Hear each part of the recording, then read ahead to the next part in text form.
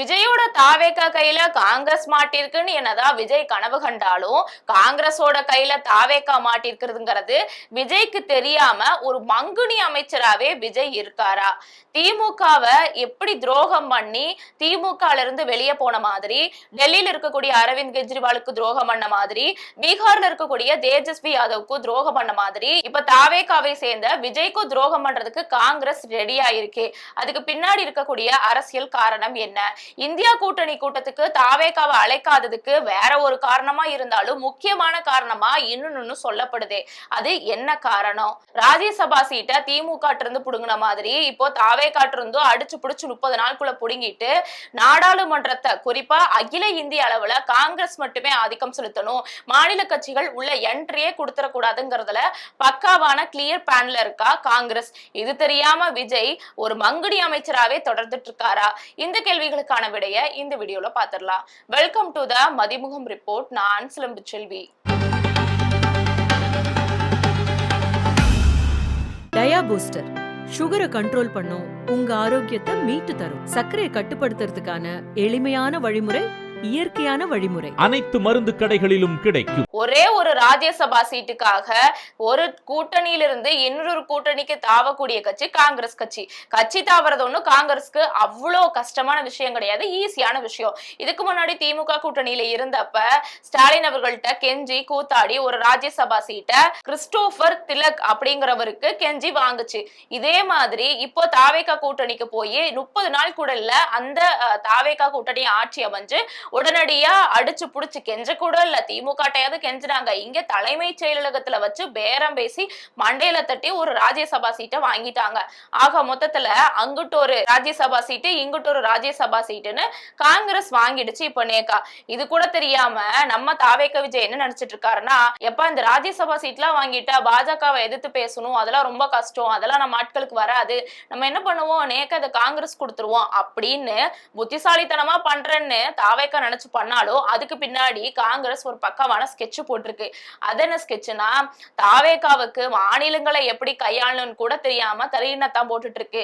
இப்படி இருக்கக்கூடிய ஒரு வலுவே இல்லாத கட்சி நம்ம கூட இருந்துச்சுன்னா நம்ம அதை டாமினேட் பண்ணி எல்லா வகையிலையும் நம்ம ஆதிக்க செலுத்தலாம். அகில இந்திய அளவுல திமுகவை சேர்ந்த எம்பிகள் இருக்காங்க. திமுக இருந்தப்போ அங்க இருக்கக்கூடிய ஆட்கள் எல்லாமே கொஞ்சம் அறிவாளிகளா இருந்தாங்க. ஆனா அந்த தாவேகா பொறுத்த வரைக்கும் மாநில அரசு எப்படி கையாளணும்னு கூட அதுக்கு தெரியாம இருக்கிறப்போ இதை டாமினேட் பண்ணி அகில இந்திய அளவுல தாவேகாவை உள்ள நுழைய விடாம நம்ம என்னென்ன வேலை பண்ணுமோ அதை முன்னாடியே பண்ண ஆரம்பிச்சிடலாம். அதுக்கு இப்போ ஒரு முன்னோட்டமா ராஜ்யசபா சீட்டை நம்ம கேட்டு வாங்கிடலாம் அப்படிங்கிற பிளானோட மட்டுமே காங்கிரஸ் இந்த வேலையில இறங்கியிருக்காங்க. திமுக கூட்டணியில் இருந்தப்ப எப்படி கிறிஸ்டோபர் திலக்குக்கு ஒரு ராஜ்யசபா சீட்டை கெஞ்சி கூத்தாடி வாங்கினாங்களோ, இப்போ பிரவீன் சக்கரவர்த்திக்கு காங்கிரஸ் ஒரு ராஜ்யசபா சீட்டை அடிச்சு புடிச்சு தாவேகாட்ட இருந்து வாங்கியிருக்காங்க.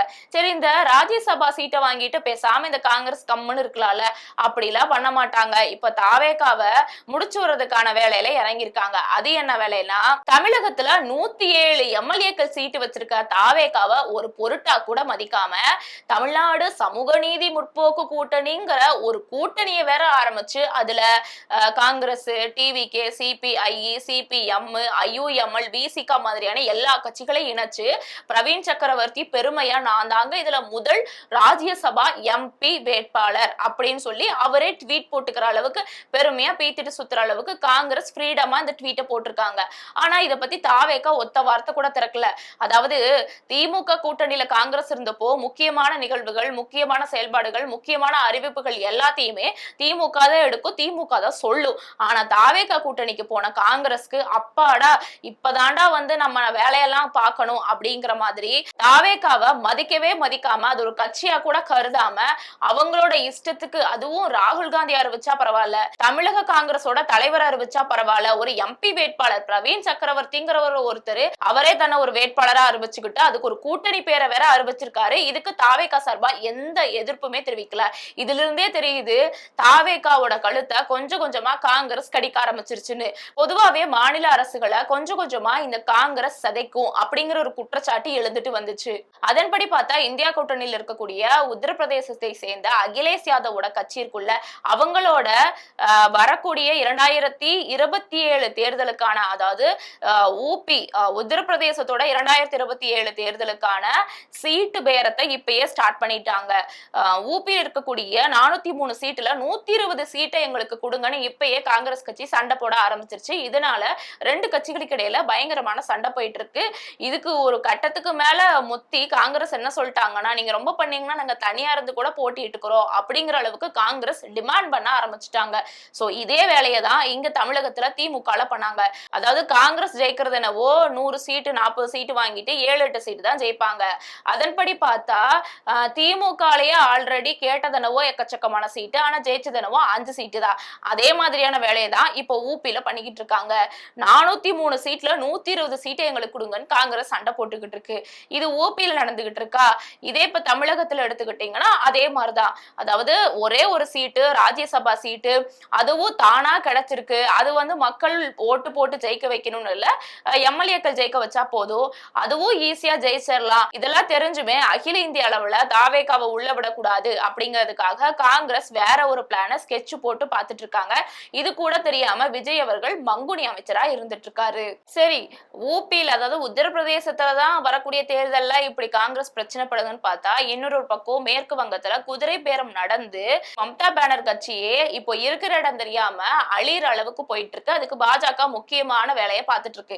இதை எதிர்த்து காங்கிரஸ் ஒத்த வார்த்தை கூட பேசல. யார் கேடு கேட்டா எனக்கு என்ன, எனக்கு சீட்டு கிடைச்சா போதுன்னு அது பாட்டுக்கு இருந்துட்டு இருக்கு.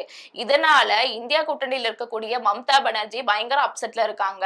ஆக மொத்தத்துல மாநில கட்சிகளை சதைச்சு தான் மட்டுமே அந்த இடத்துல டாமினேட் பண்ணணும்னு பாஜக எப்படி நினைக்குமோ அதே சதிய காப்பி பேஸ்ட் பண்ணி இப்ப காங்கிரஸும் தொடர்ந்து எல்லா மாநிலத்திலையும் செயல்படுத்தி வந்துகிட்டு இருக்கு.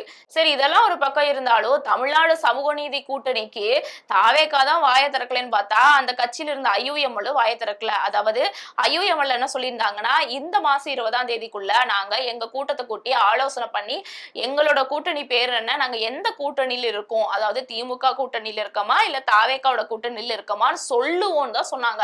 அதுக்கு முன்னாடியே முந்தி அடிச்சு அவசர கொடுக்கத்தனமா இப்போ காங்கிரஸ் தமிழ்நாடு சமூக நீதி முற்போக்கு கூட்டணிங்கிற ஒரு பேரையே அறிவிச்சுட்டாங்க.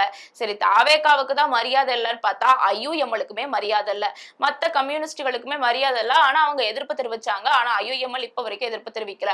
சோ இதுல இருந்து என்ன தெரிய வருதுன்னா, காங்கிரஸ் ஒரு கூட்டணிக்குள்ள போச்சுன்னா, பாஜக எப்படி ஒரு கூட்டணிக்குள்ள போச்சுன்னா அந்த கூட்டணிய குறிப்பா அந்த கட்சியை சதைக்குமோ அதே மாதிரி இங்க காங்கிரஸ் என்ன பண்ணுதுன்னா, கட்சியை சதைக்கிறத விட கூட்டணிகளை பிரிப்பாங்க தெரியுமா. சேர்றதே கூட்டணி ஒன்னா சேர்ந்து போட்டியிடணும், ஒற்றுமையா இருக்கணுங்கிறதுக்காக தான். ஆனா இங்க சேர்ந்திருக்க கூட்டணியை பிரிச்சு அதுக்குள்ள நம்ம எப்படி டாமினேட் பண்ணலாம் அப்படிங்கிற வேலையில காங்கிரஸ் பயங்கரமா இறங்கி வேலை பார்த்துட்டு இருக்கு. ஆனா இதை பத்தில எதுவுமே தெரியாம நம்ம முதலமைச்சர் என்ன பண்றாரு, மாற்றத்தை நான் உங்களுக்கு தரங்கிற பேர்ல அவரோட தலைமைச் செயலகத்துல இருக்க ஆல்ரெடி இருந்த சேரை மாத்திட்டு இப்போ புது சேரை போட்டிருக்காரு. அதை வேற போஸ்டா போட்டு எல்லாரும் சுத்திக்கிட்டு இருக்காங்க. அவங்களோட தொண்டர்கள் பாத்தீங்களா எங்க அண்ணன் சொன்ன மாற்றத்தை கொண்டு வந்துட்டாருங்கிற மாதிரி பெருமை பேசிக்கிட்டு இருக்காங்க. சோ ஆக மொத்தத்துல இது ஒரு வலுவற்ற கட்சி, இது ஒரு நிலையில்லாத கட்சி, இது ஒரு அரசியல் புரிதல் இல்லாத கட்சி அப்படிங்கறத பொதுமக்களும் எதிர்கட்சிகளும் குற்றஞ்சாட்டுற மாதிரி தாவேகா அரசு தொடர்ச்சியா பண்ணிக்கிட்டு இருக்கு. இருக்கிற ஒரே ஒரு ஈஸியா கிடைச்ச ராஜ்யசபா சீட்டையும் கோட்டை விட்டுட்டு தனக்கே தெரியாம காங்கிரஸ் கூட்டணியில இருக்க வெறும் 5 சீட்டை வச்சிருக்க, நம்ம ஒரு 107 சீட்டு வச்சிருக்கவேன்னு கூட நினைக்காம வெறும் 5 சீட்டை வச்சிருக்க கூடிய காங்கிரஸ் கட்சி அறிவிச்சிருக்க கூட்டணிக்கு எதிர்ப்பு தெரிவிக்கல. தொடர்ந்து இந்தியா கூட்டணிக்கு தாவேகாவை அழைப்பு விடுக்கல. கேட்டா தாவேகால எம்பிகள் யாரும் இல்ல, அதனால அவங்களை அழைப்பு விடுக்கலன்னு காங்கிரஸ் தரப்புல இருந்து சொல்லப்பட்டதா தகவல் வந்தாலுமே தாவேகாவை காங்கிரஸ் ஒரு பொருட்டா மதிக்கலைங்கிறதா இதுல இருந்து தெரிய வருது.